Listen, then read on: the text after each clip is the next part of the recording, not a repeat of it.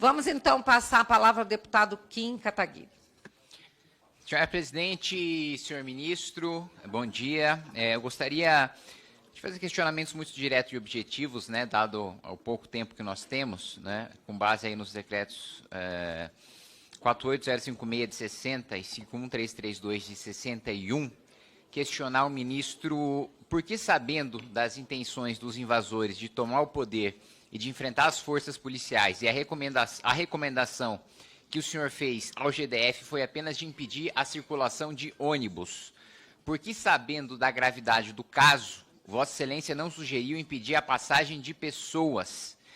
E por que o ofício ao GDF, né, afirmou que o seu ministério estava monitorando a situação com as forças prontas para agir, mas essas forças não agiram? Por que esse monitoramento não foi efetivo, né, já que o próprio Ministério da Justiça afirmou que sabia de tudo que estava acontecendo, né?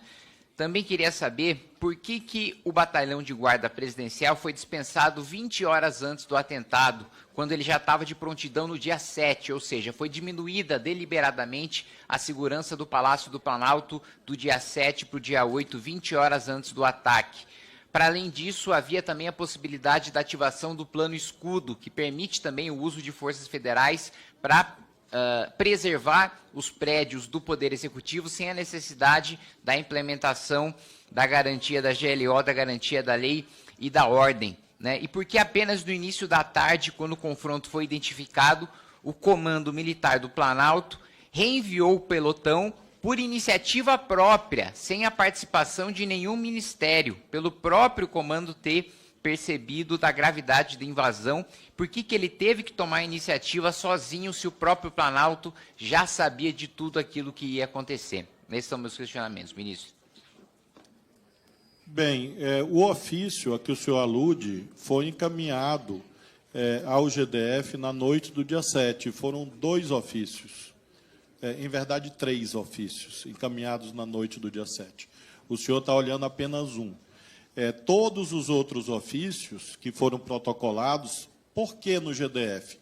Porque nós não podemos fazer intervenção federal preventiva. O nosso governo respeita a Constituição. Então, nós não podemos passar por cima dos governadores. Eu já respondi isso ao senhor na CCJ, infelizmente, depois o senhor fez uns vídeos na internet, dizendo que eu havia mentido, etc. Eu, olhando no seu olho, eu afirmo ao senhor que eu não sou do tipo que mente, nem para o senhor, nem para ninguém. Por isso que eu tenho altivez e coragem, porque meu escudo é a verdade, sempre. Então, a verdade que eu falei ao senhor na CCJ, eu estou repetindo aqui, ao senhor, olhando no seu olho. E espero que dessa vez o senhor não faça vídeo distorcendo as minhas afirmações. Em relação, portanto, àquele dia, todas as providências que me cabiam foram tomadas. A intervenção federal, inclusive, foi feita no momento certo, no momento constitucionalmente cabível. E, portanto, as providências do Ministério da Justiça, porque há uma confusão, deputado. As pessoas ouvem assim, Ministério da Justiça e Segurança Pública. Parece, e eu acredito que o senhor saiba que não é assim, que eu mando em todas as polícias do Brasil. Não é assim. O senhor sabe, creio que o senhor sabe disso. Existe um ordenamento jurídico, existe uma Constituição, existem leis, e por isso o procedimento correto é encaminhar o GDF. Inclusive a parte em que eu digo que a Força Nacional estava pronta a atuar, ela atuou sim, no momento que era cabível, no momento que era possível que ela atuasse. Em relação às perguntas sobre Exército, Forças Armadas, eu lamento ao senhor que eu não posso informar, porque está fora das minhas atribuições. Eu creio que o senhor sabe que as Forças Armadas não são vinculadas ao Ministério da Justiça, e creio que o senhor sabe que o GSI também não é vinculado ao Ministério da Justiça. Então, eu sou convidado para falar das minhas atribuições. Não que eu não queira falar, mas é que eu não tenho conhecimento.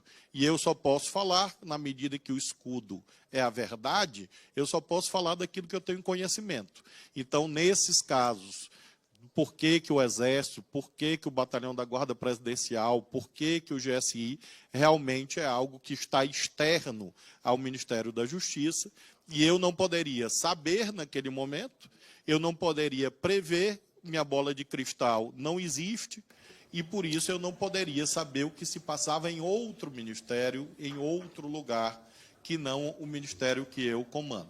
Então, afirmo ao senhor que todas as providências legalmente cabíveis foram tomadas naquilo que diz respeito às competências do Ministério da Justiça. Obrigada, ministro. Passo agora o deputado Kim para a sua réplica por 1 minuto. Primeiro, senhora presidente, para reafirmar, né, o que eu já havia dito em comissões aqui no plenário da Câmara dos Deputados. O ministro, quando veio à Comissão de Constituição e Justiça, afirmou, e eu tenho isso nas notas taquigráficas, de que não havia sido informado da gravidade, né, dos ataques, ou do potencial de gravidade dos ataques do dia 8. E por isso eu reafirmo, nesse sentido o ministro mentiu.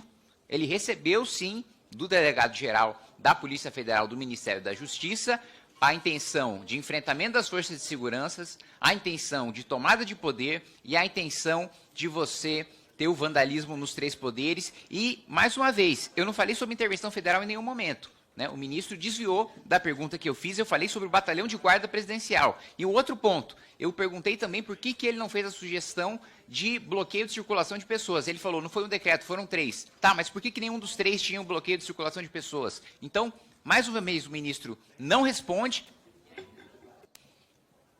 Para concluir sua frase, deputado. Não responde e ainda diz que quem falta com a verdade sou eu, quando na realidade eu tenho as notas taquigráficas e eu tenho o documento do DG, que contrapondo um com o outro fica muito claro quem está dizendo a verdade. Obrigada.